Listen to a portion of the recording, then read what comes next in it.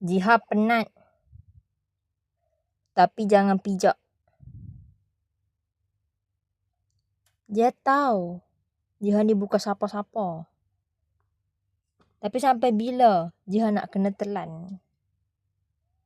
Kena gelak suara macam jantan. Dia diam. Kena kata pick me. Dia senyum. Kena guna time orang bosan je. Jiha layan. Dia ingat kalau dia baik, orang takkan belah. Dia silap.